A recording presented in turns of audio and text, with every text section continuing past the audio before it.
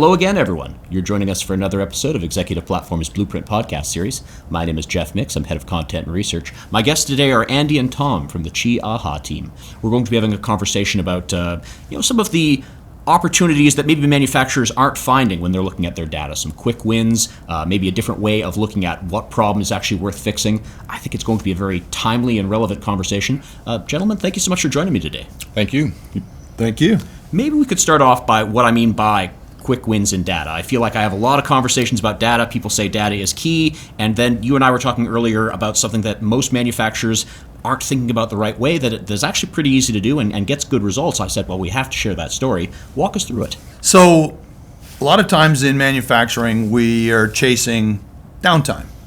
We look at that Pareto, what's the biggest event that's occurred, and think about this context that through a week, I've got this event that happens about once a week, takes a couple hours to fix. Everybody hates it on the shift, and we're going to dive into that. We're going to use all kinds of procedures to fix it. But lurking in the background is this other thing that is really annoying. It happens about 120 times that week, but it only takes a minute to fix. Now, that doesn't even make the register, but it's this annoying little jam thing, and it just keeps happening over and over. And so you think about it like, which one should you fix? And a lot of times people are thinking, okay, what's 120 minutes of these annoying 1 minute things? Well, we've got one event that happened, so it's the same downtime, right? Same effect. Well, it turns out if you're only running about 60%, 60, 70, which is what most people are doing, if you're running better, great. But that 120-minute fix, that 2-hour fix, you're only going to get 60 or 70% of that back in uptime. Mm-hmm. So, however, ironically, that 120 1-minute events is actually causing other problems that don't go by that name. If you take that 120-minute, 1-minute events out, you're going to get back 180, 220.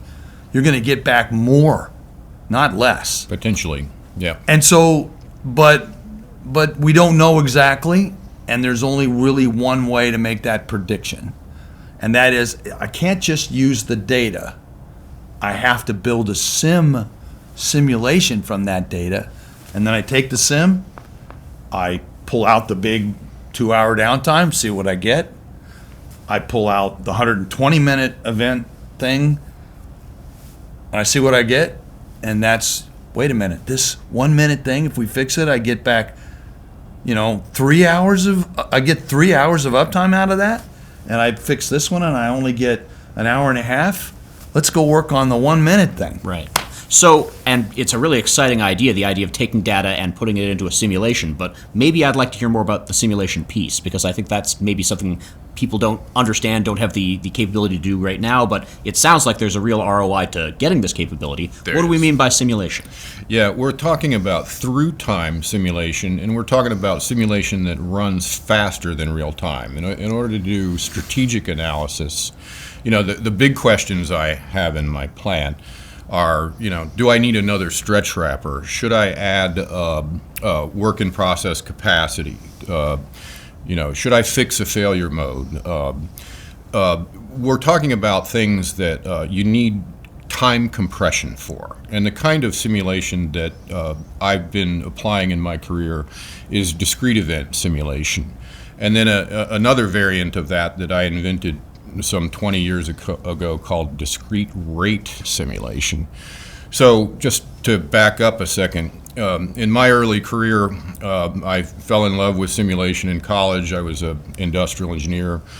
And for whatever reason, all of my early projects were manufacturers of products that you would see on your grocery store aisle. Mm-hmm. And so a lot of these manufacturing processes are continuous or batch.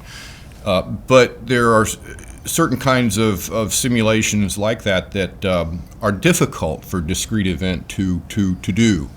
And so I invented this other kind of simulation that is capable of modeling these kind of plants, breakfast cereal plants, soap, detergent, you name it. So these were the kind of things, Pringles, potato chips, olives, even a little bit of mining, but primarily consumer products, goods, and high-speed beverage lines. Their issue is that to simulate these things with the typical discrete event takes a lot of time. Even though there's compression in discrete event, it's still not fast enough. We still have simulations that must run for a 1-year horizon, and even with computers being as fast as they are, those things can even take like 6-8 hours to run. So we want simulations that have an extreme amount of time compression so that we can run many different scenarios of long time horizons, at least 1-year runs. We want to be able to run, 1,000 1-year horizon runs in less than a minute to explore the space. And the space is characterized by, it's a stochastic problem. I'm probably going a little bit deep here, but what we have to be able to do is compress time, run a lot of different runs to explore what is a stochastic problem.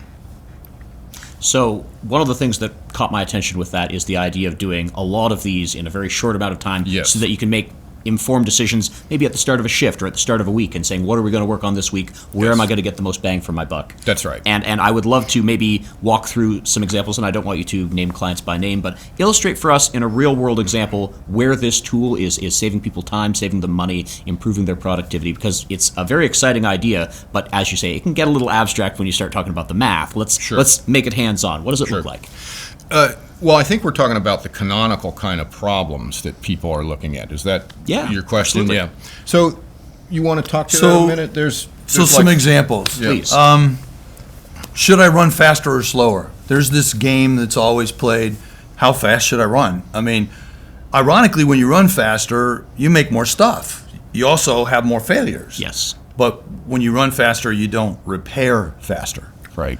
And so the dynamic is there's actually kind of a maximum where you should run. Sometimes in some plants, in some recipes, some formulas, some conditions, you actually should run slower, not faster. Mm-hmm. And in others, you can run faster and be okay. Another one is, how much buffer should I have between pieces of machinery?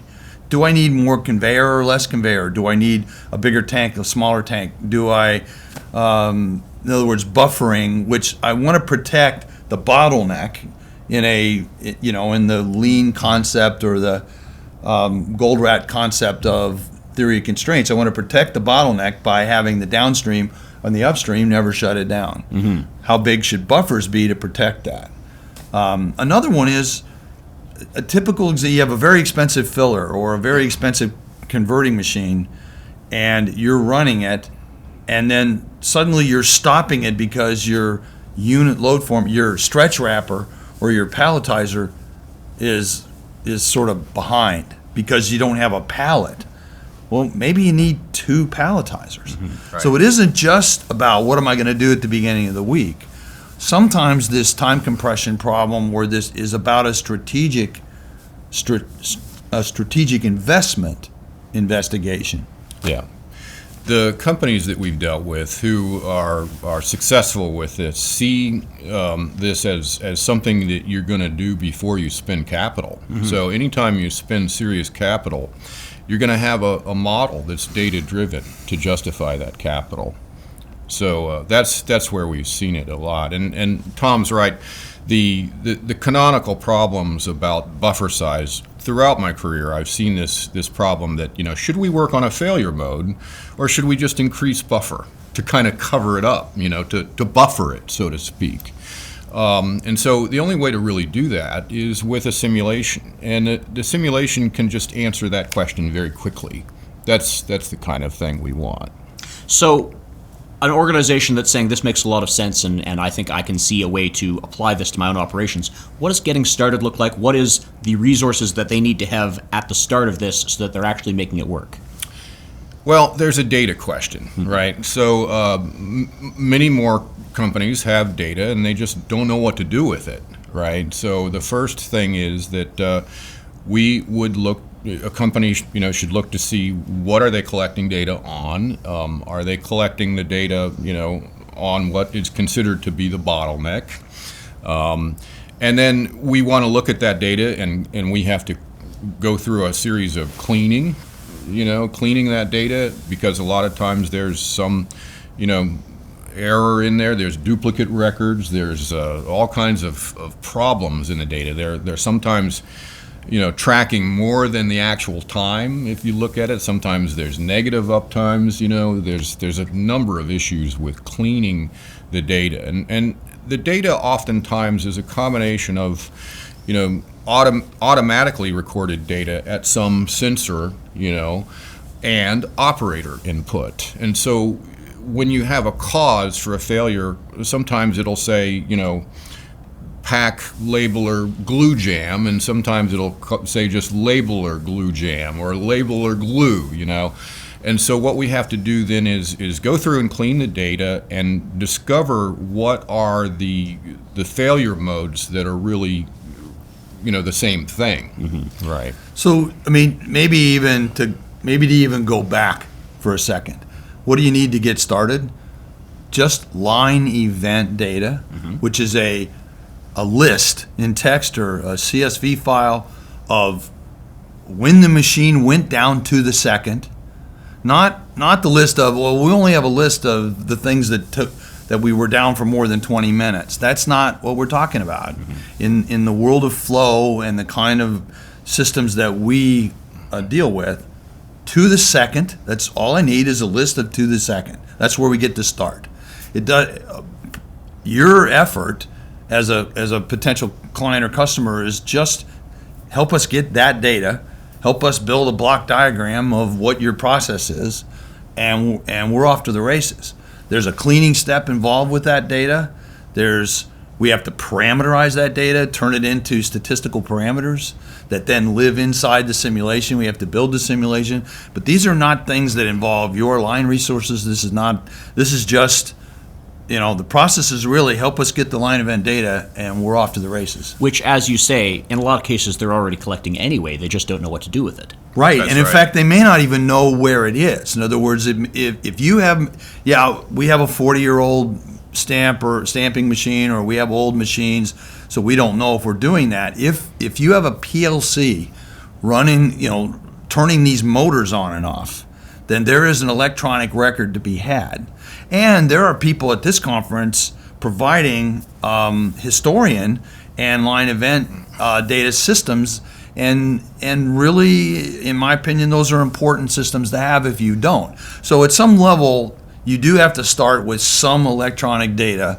This isn't about notebooks and notepads and keeping track of a record. You have to start with that. If you have that, though, the idea that we can answer questions of how fast do you go, how much buffers do you need redundant equipment, should we change how raw materials are replenished, these are all possible by simulation.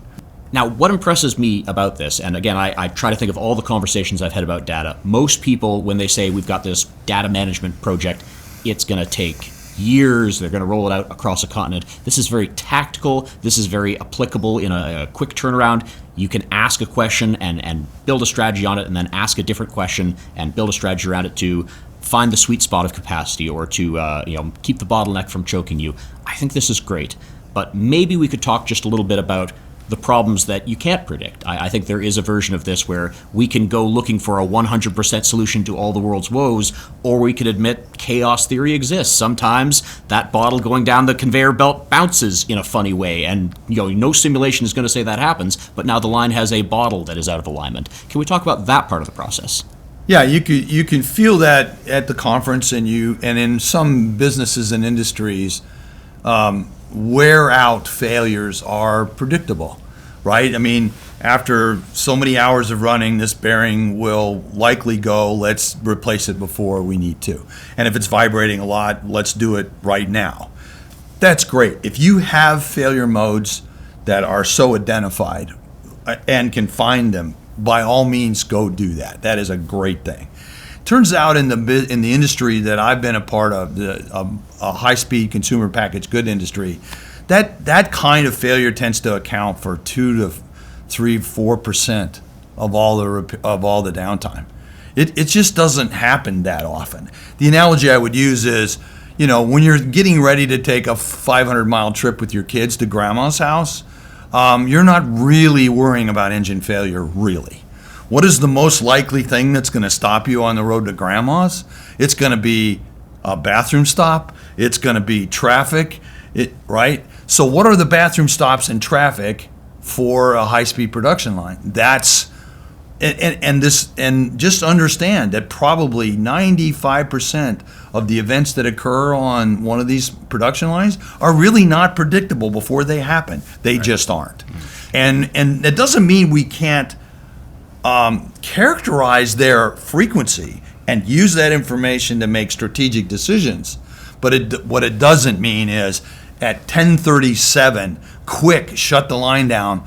We're going to intercept this event that's about to occur, right? You can't do that anymore than figuring out whether we're going to have a flat tire on the highway. To extend your analogy, you can say, ask the kids to go to the bathroom before we get in the car. You can say, is there a traffic jam on the highway? Maybe I'll take an alternative route. You can do some proactive, preventative stuff, but you're still rolling the dice. Things can still happen. That's right. There are, like in the car trip, going to the bathroom or refueling, there are a handful of things that are what I might call yield out on a high-speed packaging line or something like that. You might have a splice, for instance. We have to bring in a new roll of labels and splice them. So that's a yield out thing. We're going to run out of labels on the thing, and we either have an automatic or manual splice.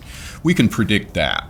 And in fact, not to interrupt, but that particular point, splicing, a lot of times people get into this trap of, we're going to do we have a manual splice because an automatic splicer is expensive. Mm-hmm. Now, this manual splice, we shut the line down and it only takes us 30 seconds or 2 minutes to fix it, and we just from the downtime can't afford the splicer.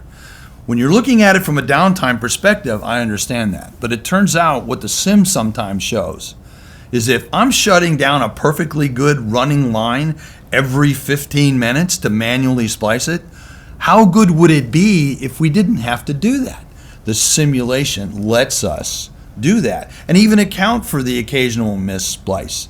And in fact, many times in my experience, what the downtime said was that splicer is only going to be worth 0.5%. It was worth 1.5. And so that's enough to put in an automatic splicer. Andy, Tom, I feel like I could put a bunch of different questions to you, and I know there are probably manufacturing executives who are listening to this and saying, I wish he'd asked this or I wish he'd asked that. Maybe we could do sort of a summation, some things that people should think about further, and then maybe we could talk about ways that they can get in touch to ask those questions for themselves. How would we want to wrap up some of this conversation? Sure, yeah. So I've been involved, both of us have been involved in simulation for 3 decades now, and nowadays we have this term digital twin, that's entered into the picture, and so nowadays simulations, I think, are called that.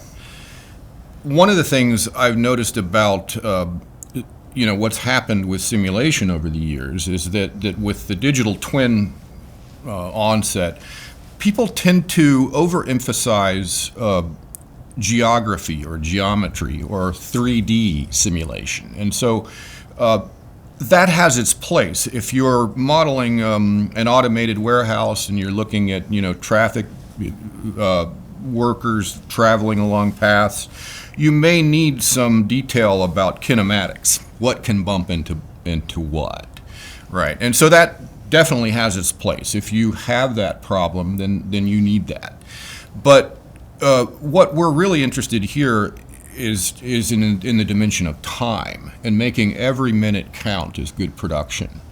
And so for that, we don't need 3D simulation. We don't need detail down to every last bolt, And so in a way, we're seeing, I think, these days, perhaps with the onset of the digital twin interest in popularity, I think we might be seeing perhaps even more churn these days with these kind of projects, because people go down the path of this 3D animated simulation when they don't need to. Now, there's a problem, because because these simulations do take a lot of time. And so I may want to run, with all this beautiful animation to convince managers, but at a certain point I want to turn that off.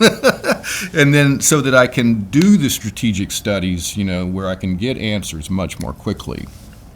Yeah, in fact, to that point, maybe a simple wrap up to that is, 3D is great for figuring out where you're going to put the photo eyes on a stretch wrapper. But the question of how many stretch wrappers do I really need, even before the plant floor is even designed, before conveyors even exist, how many do I need? Well, the answer to that question is a strategic question that needs time compression. Right.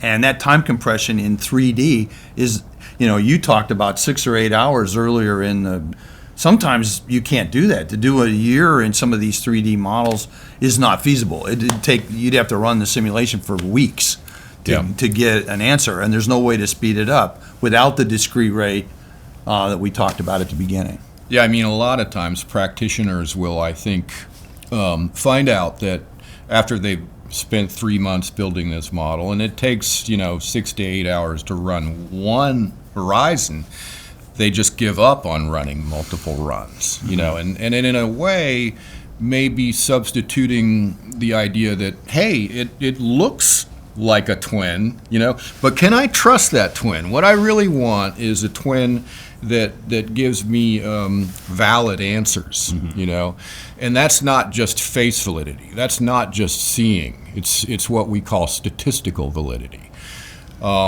So I think what we're really shooting for is sims that are able to validate within 1% for every single failure mode, every unit operation.